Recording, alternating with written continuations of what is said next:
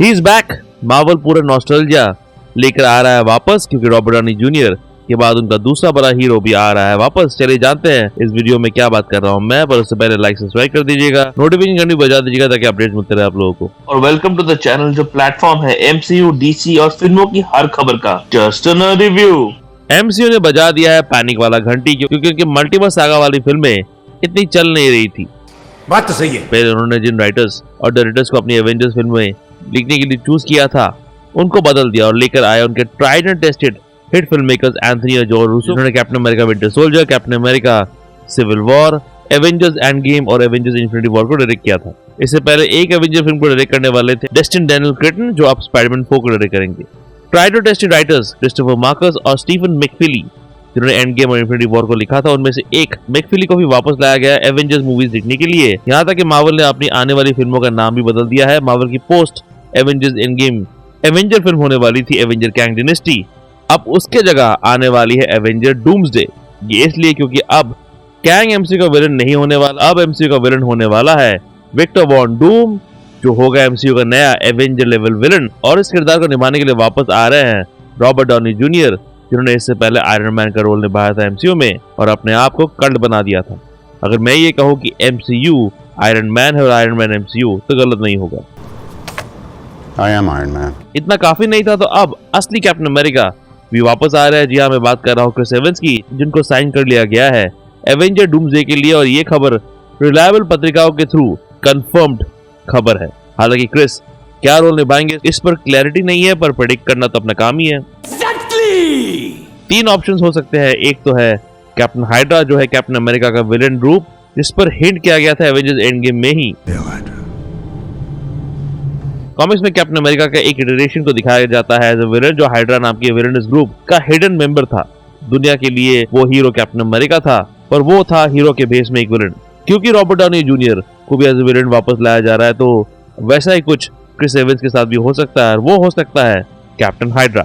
एक और नाम जिस पर काफी बात चल रही है वो है नोमैड का किरदार, जो कैप्टन अमेरिका तब बन जाता है जब वो गवर्नमेंट से हताश हो जाता है। इसका एक वर्जन एवेंजर्स एंड गेम में देखने को मिला तो मुझे नहीं लगता कि ये रूसोस इसे रिपीट करेंगे, पर मेरा प्रेडिक्शन है कि क्रिस एवंस दिख सकते हैं ओल्ड मैन कैप्टन अमेरिका, जो एवेंजर्स एंड गेम के आखिरी पलों में दिखा था सैम विल्सन को अपना शील्ड देते हुए, क्योंकि उसे होना था रिटायर और अब सैम को बनना था कैप्टन अमेरिका।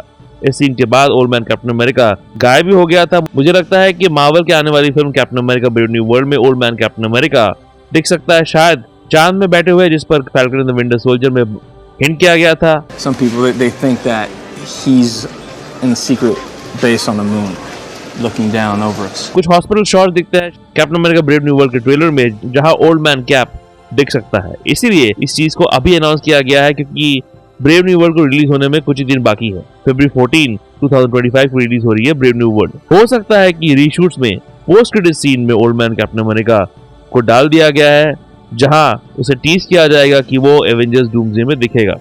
तो मुझे लगता है कि यही रोल क्रिस एवंस का डूम्सडे में होगा, जहां वो लड़ेगा डूम से एज ओल्ड मैन कैप, और शायद डूम्सडे में उसकी मौत हो जाए। हालांकि ये भी पत्रिकाओं ने कंफर्म किया कि एंथनी मैकी एज नया कैप्टन अमेरिका फिर दिखने वाला है एवेंजर्स डूम्सडे में ही। अभी तक डूम्सडे के लिए कंफर्म किरदारों में है डॉक्टर स्ट्रेंज यानी कि बेनेडिक्ट कम्बरबैच। उन्होंने ये इंटरव्यू में कंफर्म किया था और कॉमिक्स में सीक्रेट वॉर्स में उनका काफी इंपॉर्टेंट रोल था, जो मार्वल की अगली एवेंजर फिल्म होगी डूम्सडे के बाद। टॉम हॉलैंड यानी स्पाइडरमैन भी कंफर्म्ड अपीयर होंगे डूम्सडे में। Robert Downey junior doctor Doom तो होंगे ही। फैंटास्टिक 4 के 4 मेंबर्स भी होंगे डूम्सडे के पार। थंडरबॉल्ट्स की टीम हेली एटवेल, जो आखिरी बार दिखी थी as Captain Carter, Doctor Strange in the Multiverse of Madness में जो इल्यूमिनाटी का पार्ट थी, वो भी दिखेंगी डूम्सडे में। कंफर्म्ड हो गया है as Captain America female variant Captain Carter. वो इसी किरदार के साथ व्हाट इफ सीरीज में भी दिखी है और अब क्रिस एवंस भी कंफर्म्ड है। मैं डेडपूल और वुल्वरीन को भी गिनी लेता हूँ। इतने बड़े हिट के बाद ये किरदार तो दिखने ही चाहिए। बाकी लोगों का क्या होगा उस पर कोई कंफर्मेशन नहीं है, पर सच्ची मार्वल इतना डर गया है कि ट्राइड एंड टेस्टेड लोगों को ही वापस लेके आ रहा है।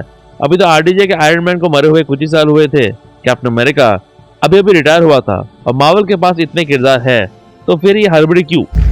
That was the plan. Not a great plan.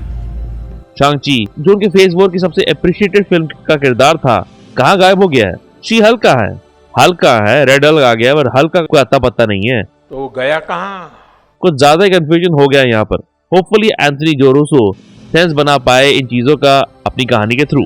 आप लोग बताइए कैसा लगा क्रिस एवंस का वापस आना एमसीयू में। चलिए करते हैं कमेंट सेक्शन में डिस्कस। साथ ही लाइक सब्सक्राइब कर दीजिएगा ताकि एमसीयू पर हर खबर मिलते रहे आप लोगों को। पुष्पा 2 कैसी है जानने के लिए रिव्यू वीडियो आखिर में चेकआउट जरूर कीजिएगा और ऐसे एमसीयू रिलेटेड वीडियोस के लिए देखते रहिए जस्ट इन रिव्यू।